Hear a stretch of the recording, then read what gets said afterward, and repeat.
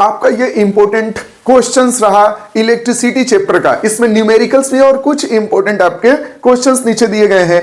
अगर आप इस 7 क्वेश्चंस को कंप्लीट करके जाते हैं तो मेरा गारंटी है कि आपके बहुत सारे सवाल इलेक्ट्रिसिटी से सोल्व हो जाएंगे। और इसमें से एक क्वेश्चंस तो ऐसा है, ये वाला क्वेश्चंस, अगर इसको आप बना लेते हैं, मैं इस क्वेश्चंस को पूरा बनवाऊंगा। अगर इस क्वेश्चन को आपने समझ लिया तो आपके 4 से 5 नंबर फिक्स हो जाएंगे, क्योंकि इस तरह के सवाल आपके आएंगे ही आएंगे।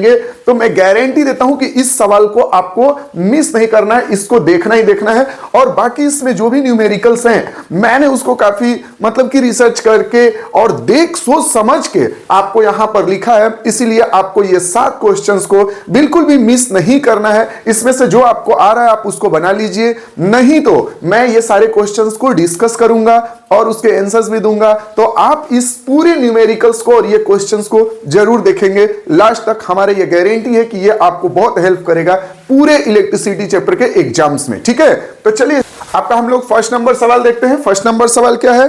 अ piece of wire resistance R is cut lengthwise into 3 equal parts. चलिए फर्स्ट नंबर क्वेश्चंस को यदि हम देख लें, फर्स्ट नंबर यदि क्वेश्चंस को हम देखते हैं तो क्या बोला था कि एक वायर है, हाँ, इसको क्या करना है? 3 इक्वल पार्ट्स में डिवाइड करना है। टोटल रेजिस्टेंस कितना था इसका? R। अब 3 इक्वल पार्ट्स में डिवाइड हो गया तो क्या हो जाएगा? R/3 और ये R/3। क्यों? क्योंकि R is directly proportional to length of wire. ठीक है, अब आपको क्या करना है कि इसको कनेक्ट करना है पैरेलल में। ठीक है, इसको कनेक्ट करना है पैरेलल में।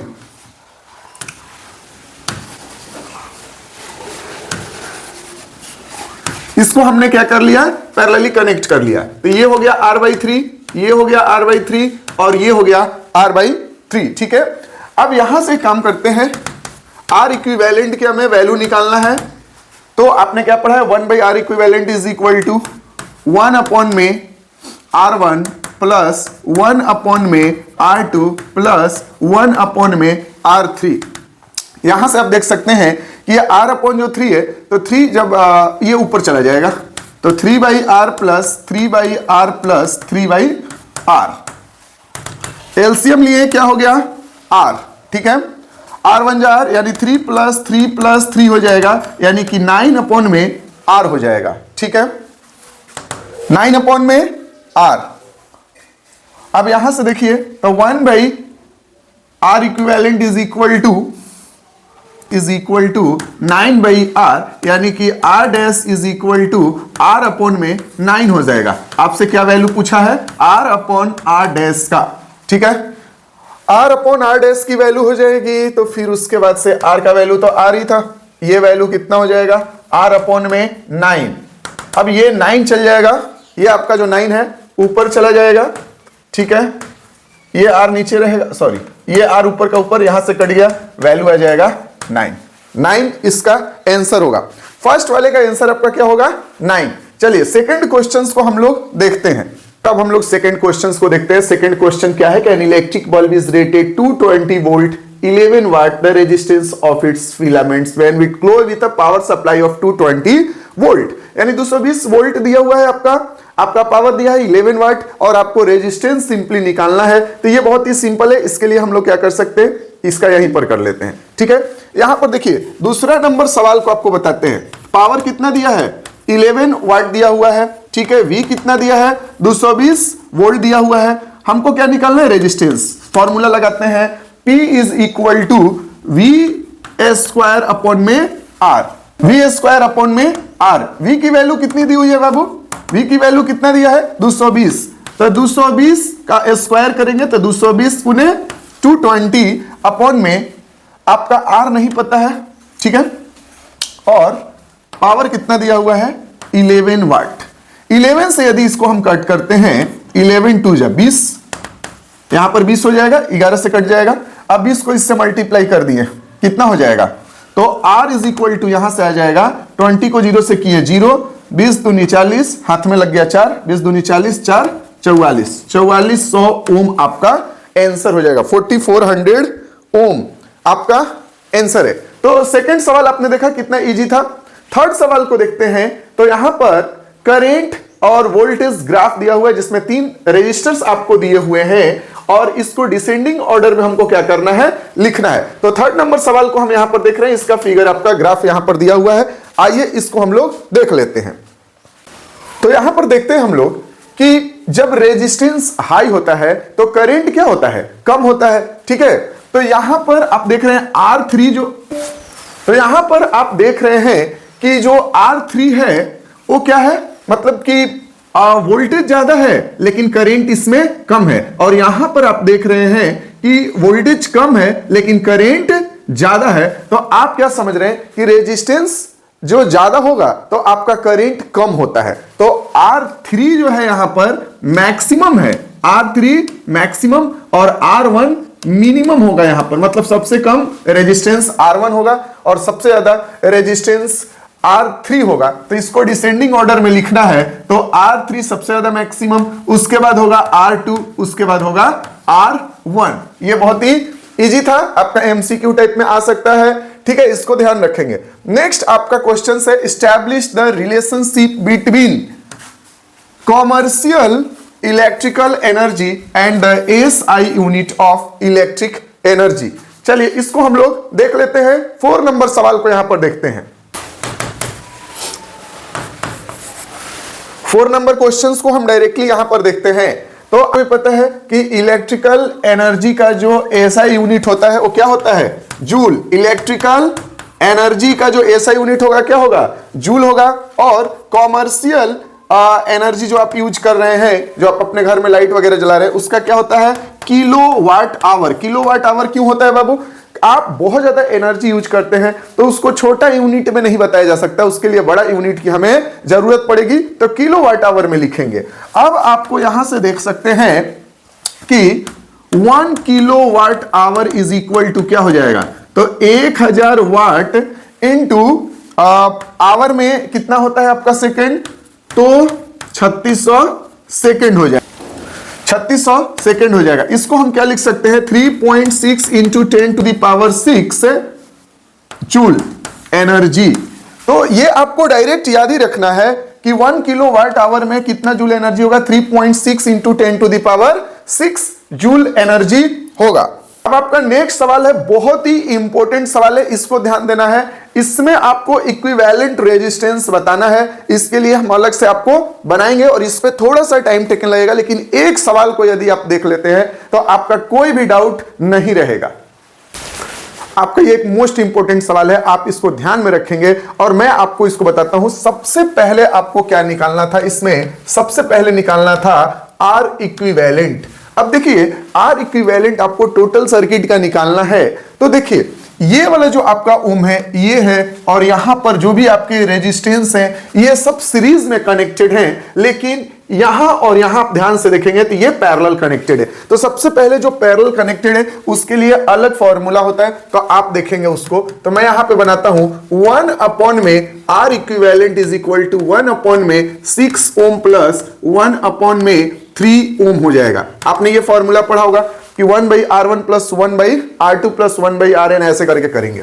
एलसीएम कितना आएगा बाबू इसका, एलसीएम आएगा 6 ओम, 6 1 जा 6, 1 प्लस 3 2 जा 2, यानी कि आपका हो गया 3/6, कट जाएगा 2 टाइम्स में 1/2, तो 1 अपॉन में R equivalent is equal to 1/2 आ गया है। तो यहां से करेंगे तो R equivalent is equal to आ जाएगा 2 ओम।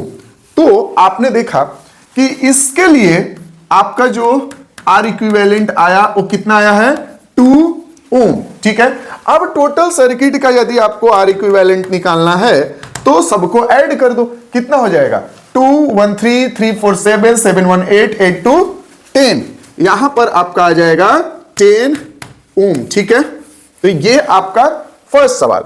ठीक है, इसके बाद आपको सेकंड में क्या बोला है, इस सेकंड में आपको क्या निकालना है,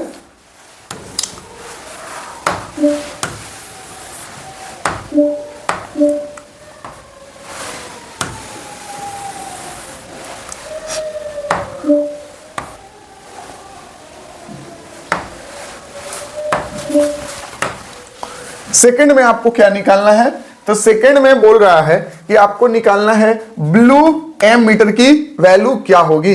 ब्लू एमीटर। अब देखिए एमीटर किसको मेजर करता है? करंट को। करंट इज इक्वल टू क्या होता है? V by are. V कितना दिया है? 30 वोल्ट। R क्या है? रेजिस्टेंस आपका टोटल सर्किट में कितना है? 10 ओम। ये हो जाएगा आपका 3 एम्पियर। ठीक है, तो आप ब्लू वाले को समझ लिए। अब यहां से हम चलते हैं थर्ड में क्या बोला? थर्ड में आपको बोला है कि इस V का वैल्यू आपको निकालना है, कि इस V की वैल्यू क्या होगी? फॉर रेजिस्टेंस यहां पर दिया हुआ है, तो यहां पर V की वैल्यू क्या होगी?